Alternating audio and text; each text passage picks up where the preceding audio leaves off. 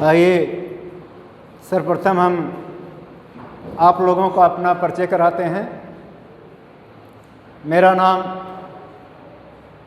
Doctor Anirudh Kumar Yadav, assistant professor Hindi, Shri Vishwanath PG college Kalan Sultanpur. आज हम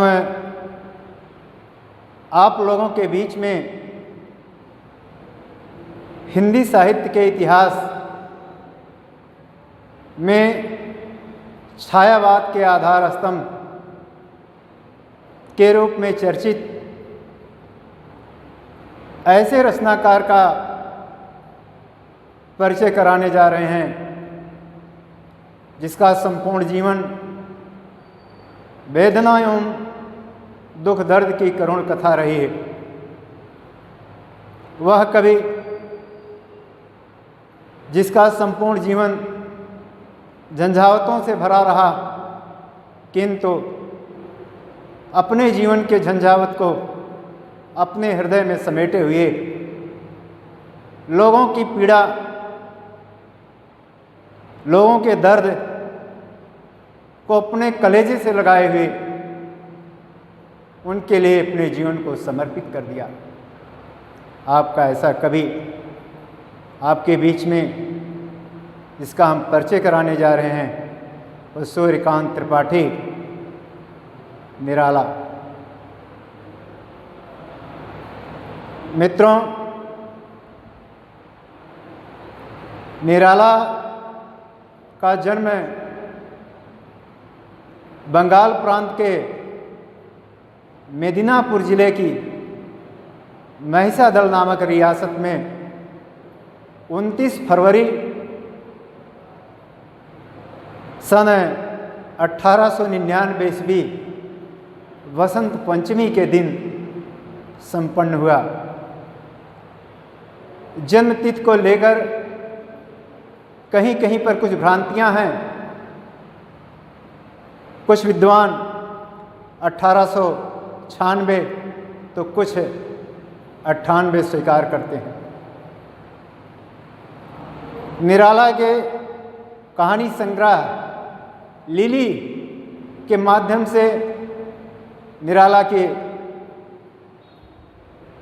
जन्म तिथि का मूल्यांकन होता है, वह 1899 ही साबित होता है। इनके पिता राम सहाय द्विवेदी राम शिवाय तिवारी, जो उत्तर प्रदेश उन्नाव जिला के गढ़ा कोला के मूल निवासी थे। इनके संबंध में कहा जाता है कि एक बार की बात, राम सहाय चारों भाई धान के खेत में निराई कर रहे थे और निराई करते समय इन्होंने जिस खुरपी से धान की निराई कर रहे थे उसे खेत में गाड़ दिया और खेत से चल पड़े नौकरी के लिए। यह कहकर चल पड़े कि अब जब वापस आएंगे तभी ये खुरपी खेत से निकलेगी, अन्यथा भी यही रहेगी। राम सहाय महिषादल में आए और वहाँ अंग्रेजी हुकूमत के तहत सिपाही के पद पर उन्हें नौकरी मिल गई, क्योंकि अंग्रेज़ों की दृष्टि में पछाह के लोगों की बड़ी कद्र थी और वो बंगाल के वासियों की अपेक्षा इन पछाह अर्थात औध प्रांत के लोगों को सिपाही में भर्ती बहुत आसानी से कर लेते थे। अब राम सहाय महिषादल में रहने लगे। कुछ दिन के उपरांत घर वापस आए और अपने भाई रामलाल और भतीजे बदलू प्रसाद को भी साथ में लेकर महिषादल गए और वहाँ इन लोगों को भी नौकरी दिलवा दी। जीवन की गति धीरे धीरे आगे बढ़ रही थी। परिवार महिषादल में निवास कर रहा था। राम सहाय की पत्नी भगवान सूर्य की उपासिका थी। सूर्य की उपासना करने के कारण जिस समय उनके घर में निराला का जन्म हुआ, उस समय ज्योतिषियों ने निराला का नाम सूर्य कुमार रखा। अब राम सहाय के घर में किलकारियाँ शुरू हो गईं। निराला के जीवन की किलकारियाँ शुरू ही हुई थी। परवरिश बहुत अच्छे ढंग से चल रही थी। माता पिता मिलकर उसका अच्छे ढंग से परवरिश कर रहे थे, किंतु राम सहाय की पत्नी पुत्र को जन्म देने के उपरांत अस्वस्थ रहने लगी। और जिस समय निराला मात्र 3 वर्ष की अवस्था में थे, उस समय निराला के जीवन में झंझावत का पहला दौर शुरू हो गया। अर्थात उनके जीवन में कभी भी ना पूरा होने वाला वह अभाव छोड़कर माता स्वर्ग सिधार गईं, अर्थात माता की मृत्यु हो गई। पिता ने निराला के परवरिश में किसी प्रकार का कोई कोर कसर नहीं छोड़ा। परवरिश अच्छे ढंग से किया, माता का अभाव नहीं खलने नहीं दिया, किसी प्रकार का कोई कष्ट नहीं होने दिया। अब राम सहाय जो है निराला के लिए माँ और पिता दोनों। राम सहाय जिस समय ड्यूटी पर जाते थे, उस समय वह अपने एक अंतरंग मित्र ज्वाला प्रसाद शुक्ल के यहाँ पहुँचते हैं और आवाज़ देते हैं। ज्वाला प्रसाद शुक्ल की पत्नी वह बाहर आती हैं और निराला को लेकर घर में चली जाती हैं। ज्वाला प्रसाद के पास एक ही पुत्र है, जिसकी उम्र निराला से लगभग 4-5 वर्ष बड़ी, 4-5 वर्ष अधिक है। निराला रामशंकर के साथ अब खेलने लगे। मित्रों, धीरे धीरे समय बढ़ता गया। निराला अब कुछ बड़े हो चुके हैं। पिता ने निराला की शिक्षा की व्यवस्था जो है महिषादल के स्कूल में कर दिया। अब निराला महिषादल में कि स्कूल में बंगला की अच्छी तरह से शिक्षा ग्रहण की, साथ ही साथ संस्कृत और अंग्रेजी का स्वाध्याय किया।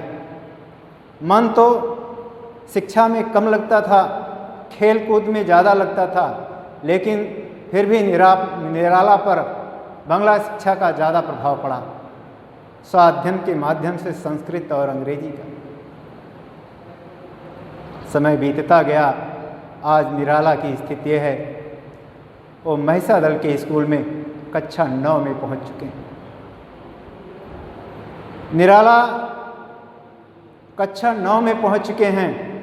उस समय समाज में बाल विवाह प्रचलन में था। बाल विवाह प्रचलन में होने के कारण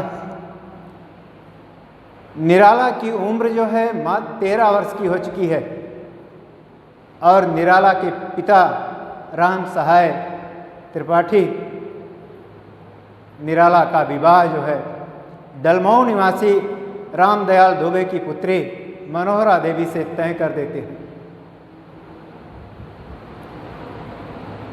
राम सहाय त्रिपाठी निराला और अपने भाइयों को लेकर उन्नाव जिले के गढ़ाकोला में आते हैं और फिर विवाह की रस्म पूरी की जाती है, बारात जाती है, धूमधाम से लोग निराला का विवाह संपन्न कराते हैं।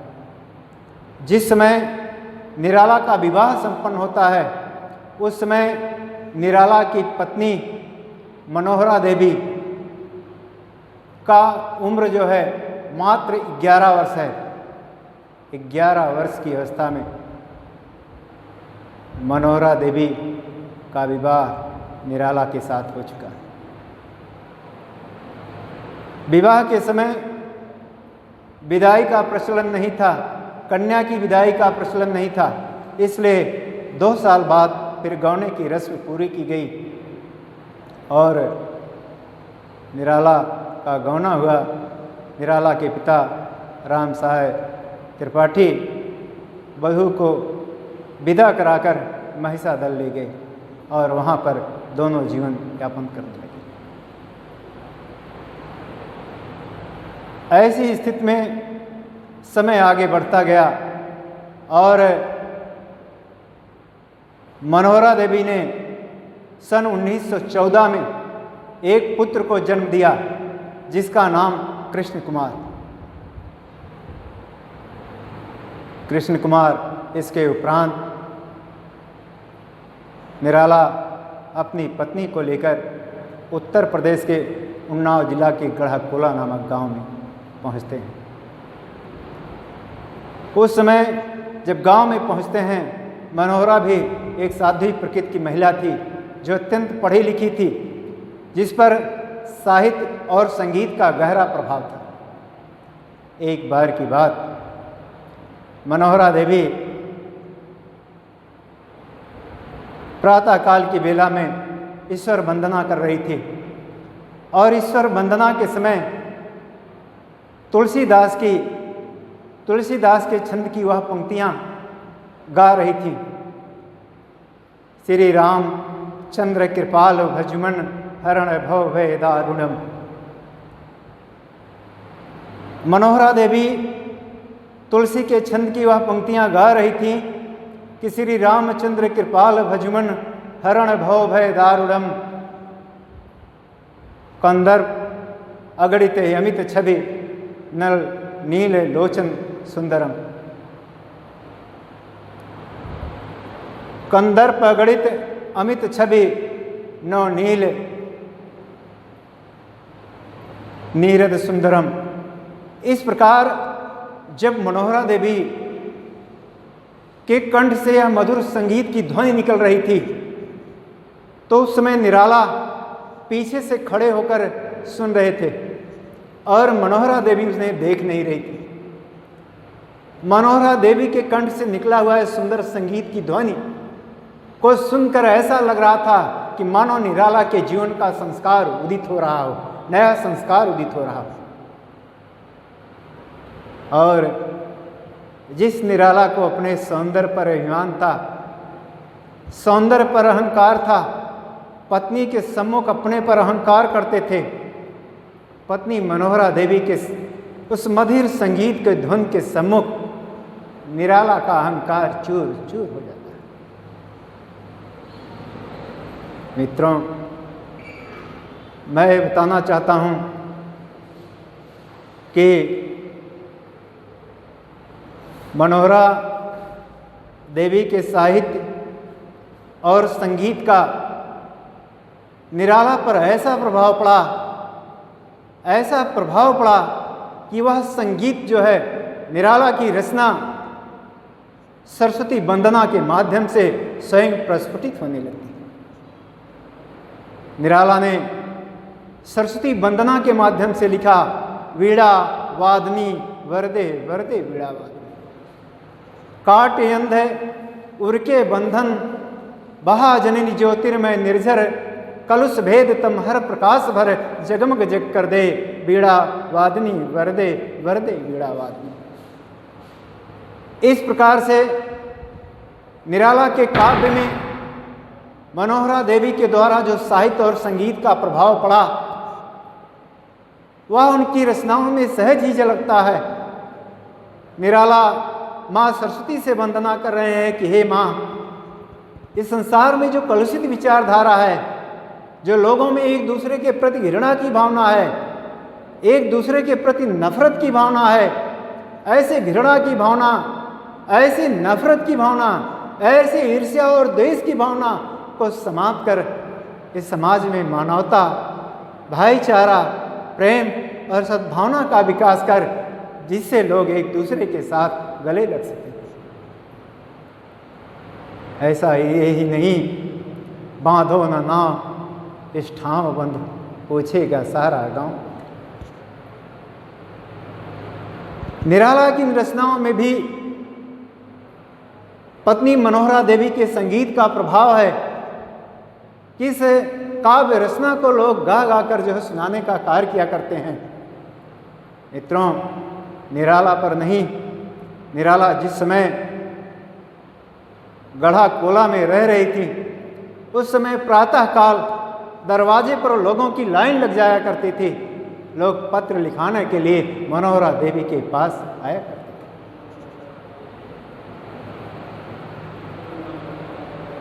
थे। स्थित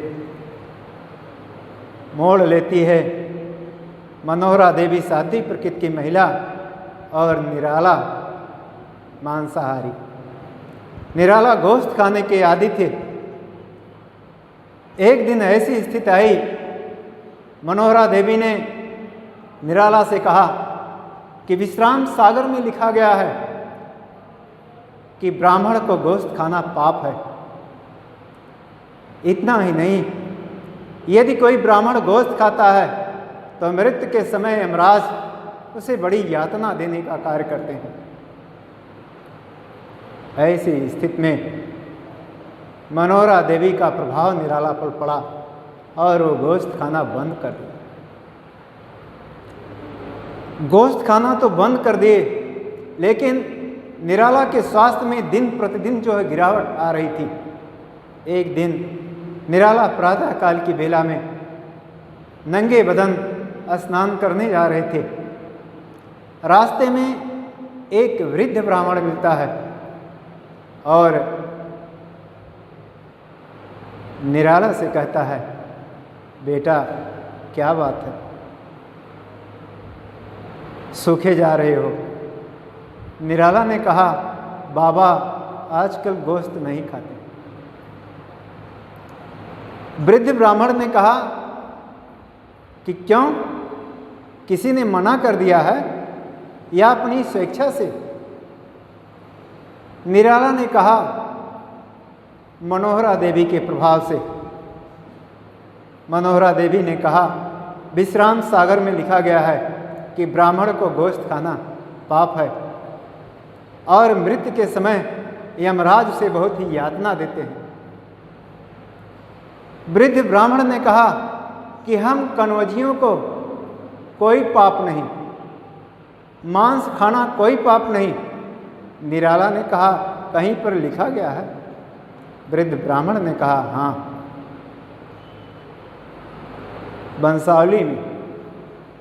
बंसावली में लिखा गया है। उसी समय निराला के मन में फिर मांस खाने का भाव जागृत हुआ और सायंकालीन समय निराला जो है चिकवा की दुकान पर पहुंच जाते हैं और आधा सेर मांस लेकर अपने घर आए। मनोहरा देवी रुमाल में खून लगा हुआ देखकर निराला के सम्मुख प्रश्न करती हैं कि ये खून कैसा लगा है, क्या फिर मांस लाए हैं? निराला ने कहा, हाँ। अब फिर आप खाएंगे? निराला ने कहा, हाँ, रोज खाएंगे। पत्नी ने कहा, पहले तो पत्नी ने कहा, ठीक है, जिस दिन आपको खाना होगा उस दिन आप घर के अंदर प्रवेश ना करें, आप हमें ना छुएं, घर के किसी बर्तन को ना छुएं और यहाँ तक कि आप कच्चे घड़े को भी 3 दिन तक स्पर्श ना करें। निराला ने कहा कि हम प्रतिदिन खाएंगे। पति ने कहा, ठीक है, यदि आप प्रतिदिन खाएंगे आप हमें हमारे मायके पहुंचा दीजिए। निराला ने कहा, किसी को बुलवा लीजिए और चली जाइए, जैसे हम गोश्त पकाएंगे वैसे वहीं 2 रोटियां भी सेक लेंगे। मित्रों, निराला की पत्नी मनोहरा देवी अपने मायके चली जाती हैं और वहीं जीवन यापन करने लगती। और निराला फिर जो है अपने गांव गढ़ा कोला से महिषादल चले जाते हैं। महिषादल जाकर कुछ समय व्यतीत हुआ था। पिता की तबीयत धीरे धीरे बिगड़ने लगी। पिता का पेट बढ़ने लगा। पता चला कि हार्निया है। डॉक्टरों ने सलाह दिया कि ऑपरेशन करा दीजिए, और हुआ भी ऐसा। निराला के पिता ने हार्निया का ऑपरेशन कराया। ऑपरेशन भी सफल हुआ, लेकिन ऐसी स्थिति रही कि स्वास्थ्य में सुधार नहीं हुआ। निराला के पिता अब महिषादल को छोड़कर अपने गांव गढ़ा कोला चले आए, और गढ़ा कोला में उन्नाव की एक महिला ने आकर निराला के पिता राम सहाय त्रिपाठी की सेवा सत्कार किया करती थी। समय धीरे धीरे बीत रहा था। अब निराला के पिता स्वस्थ नहीं हो रहे थे। सन 1917 का दौर था। यहीं से मित्रों, यहीं से निराला के जीवन का दूसरा झंझावत शुरू हो जाता है। 1917 के समय पुत्री सरोज का भी जन्म होता है।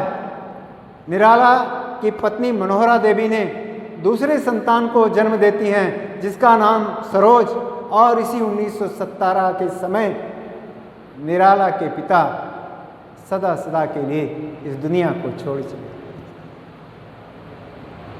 यह निराला के जीवन में झंझावत का ऐसा दौर था, या ऐसा दूसरा दौर शुरू हो चुका था कि अब निराला को अनुशासन की शिक्षा देने वाला वह पिता, जो कभी मातृत्व हृदय का अभाव खटकने नहीं दिया, आज वो इस संसार से विदा हो चुका है। ऐसी स्थिति में पिता अब इस संसार से विदा हो चुके हैं। स्थिति निराला के जीवन की बहुत ही नाजुक बनी रही। निराला पिता के अभाव में फिर उन्हें छोड़कर जो है महिषादल चले जाते हैं, और महिषादल में जाकर नौकरी करते हैं। साथ में चचेरे भाई बदलू प्रसाद भी महिषादल में नौकरी कर रहे हैं। उनका बड़ा लड़का भी वहीं पर नौकरी कर रहा। निराला के जीवन का ये जो दूसरा दौर था, झंझावत का जो दूसरा दौर था, यहीं से पिता के मृत्यु के उपरांत शुरू हो जाता है। प्रथम विश्व युद्ध के दौरान देश में भीषण महामारी का प्रकोप फैलने लगता है, और इस महामारी के प्रकोप का शिकार निराला की पत्नी मनोहरा देवी भी हो जाती है। महामारी का शिकार निराला की पत्नी मनोहरा देवी भी हो जाती हैं, और निराला के पास जो टेलीग्राम पहुंचता है कि पत्नी की तबीयत बहुत खराब है, शीघ्र ही घरे चले आइए। बेचारे निराला राम राम करते हुए वह रायबरेली की गढ़ा कोला, जहाँ पर पत्नी निवास कर रही थी, सीधे वहीं पहुँचते हैं। इधर निराला अपनी पत्नी को देखने के लिए अपने ससुराल पहुँचते हैं। उधर चचेरे भाई बदलू अपने पुत्र को लेकर जो है वह अपने गांव गढ़ा कोला पहुँचते हैं।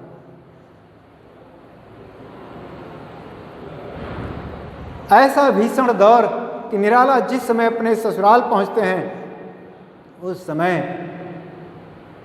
पता चलता है कि पत्नी की चिता जल चुकी है। प्रथम बार निराला को पत्नी के बिछोह का दर्द एहसास होने लगा। पत्नी का अभाव निराला को उस समय खटकने लगा। उसके प्रेम में निराला विचित्र सा होने लगे। इधर उधर दर दर भटक रहे हैं, कभी अवधूत के टीले पर, कभी शमशान घाट पर, कभी नदी किनारे बैठकर लाशें गिना करने का काम जो है निराला करते थे। और उधर गांव की तरफ जो है चचेरे भाई बदलू पहुंचे थे। वहां पहुंचते ही बदलू प्रसाद की तबीयत बिगड़ गई। और साथ में उनके परिवार, पत्नी, चाचा आदि की तबीयत बिगड़ने लगी। निराला जब अपने ससुराल से अपने गांव की तरफ चलते हैं तो पता चलता है घर पहुंचने से पहले ही रास्ते में अपने चचेरे भाई बदलू के शव को लेकर लोगों को जाते हुए देख रहे हैं। जो भी साथ में जीवन बिताए, साथ में नौकरी कर रहे थे, घर पहुंच रहे हैं तो उनके शव को लोग जो है दाह संस्कार के लिए ले जा रहे हैं। घर पहुंचे तो स्थिति और खराब थी। भाभी की भी तबीयत बिगड़ चुकी थी, 3 दिन तक बीमार पड़ी थी। भाभी का भी देहांत हो गया। काका रामलाल बचे हुए थे। काका रामलाल भी बीमार पड़ गए।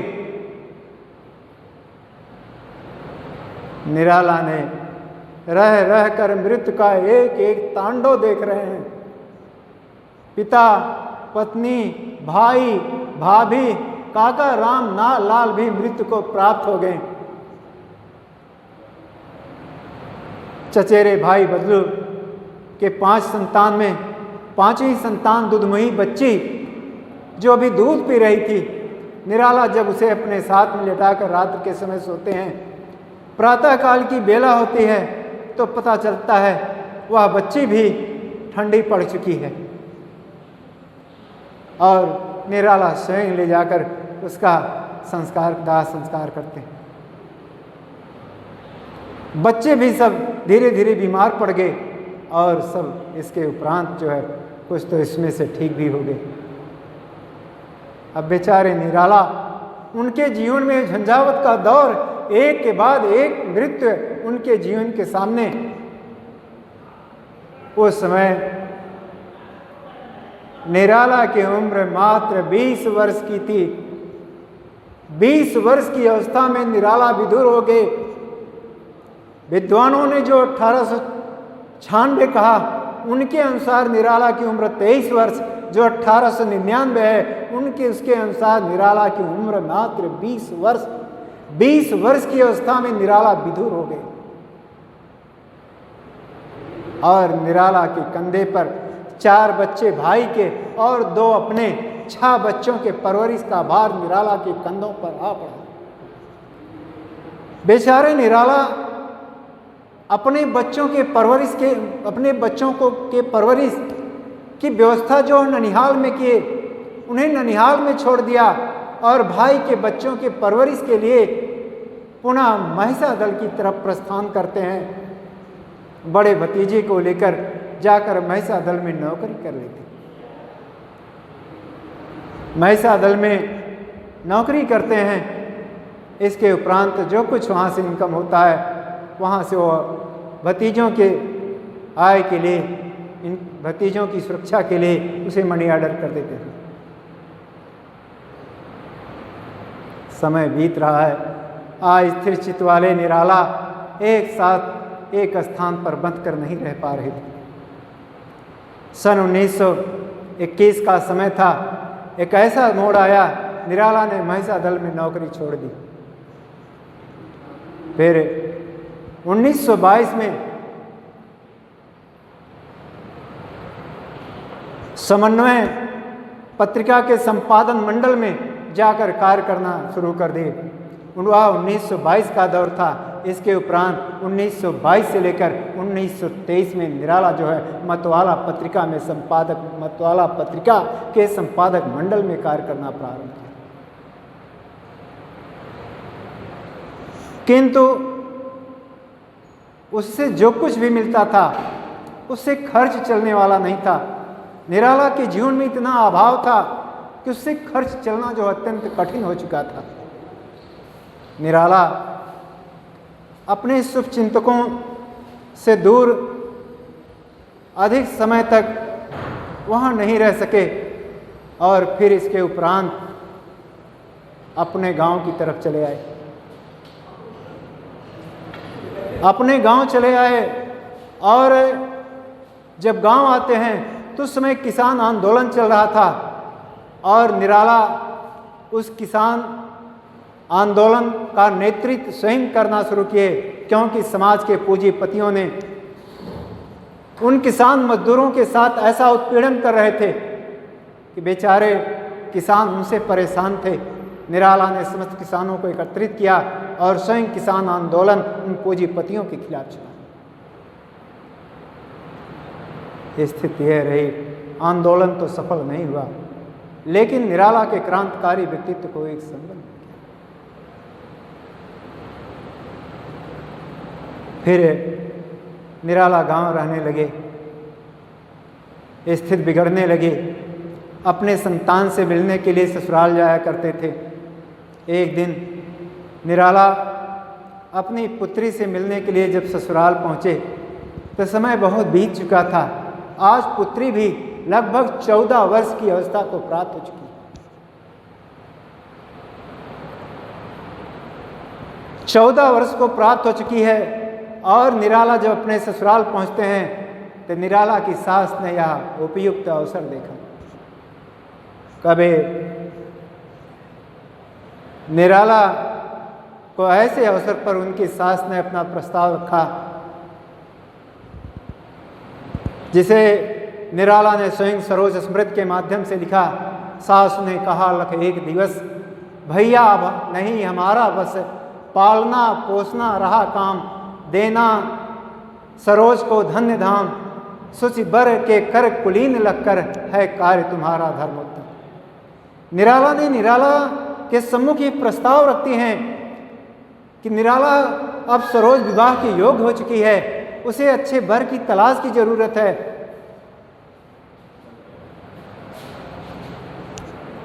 5 मिनट अच्छे वर की तलाश की जरूरत है और आप कहीं निराला सरोज का विवाह संपन्न करा दीजिए। निराला ने अपने पुत्री सरोज का विवाह जो है उस कान्यकुब्ज गोत्र के ब्राह्मणों में तो नहीं करना चाहते थे, लेकिन निराला ने सरोज स्मृति के माध्यम से लिखा कि कान्यकुब्ज कुलकुलांगार खाकर पत्तल में करे छेद, इनके कर कन्या अर्थ खेद, इस विषम बेल में विसी फल या दग्ध मरुस्थल नहीं सुचल। निराला जिस कान्यकुब्ज गोत्र के ब्राह्मणों में उनका जन्म हुआ था वे बड़े कायर ही थे, वो बड़े लालची प्रकृति के थे, जिसकी संगत में रहते थे उसी का नुकसान करते थे। ऐसी स्थिति में निराला अपनी पुत्री का विवाह जो उनके साथ नहीं किया और हुआ भी ऐसा। निराला ने एक नव साहित्यकार शिवशेखर द्विवेदी को पत्र लिखते हैं और विवाह के लिए तैयार होता है। निराला ने अपनी पुत्री सरोज का विवाह नए साहित्यकार शिवशेखर द्विवेदी के साथ कर देते हैं और इस विवाह एक नया आमूल चूल परिवर्तन के साथ ये विवाह करते हैं। इसमें किसी को आमंत्रित नहीं करते हैं, किसी प्रकार का कोई अनावश्यक व्यय नहीं होता है और फिर विवाह संपन्न हो जाता है। सरोज विदा होकर अपने घर जाती है। मित्रों, आज समय के अभाव में यहीं पर हम अपनी वाणी को विराम देते हैं। अगले दिन इसी क्रम में फिर हम आगे आपको बताने का प्रयत्न करेंगे। धन्यवाद। चलो भैया।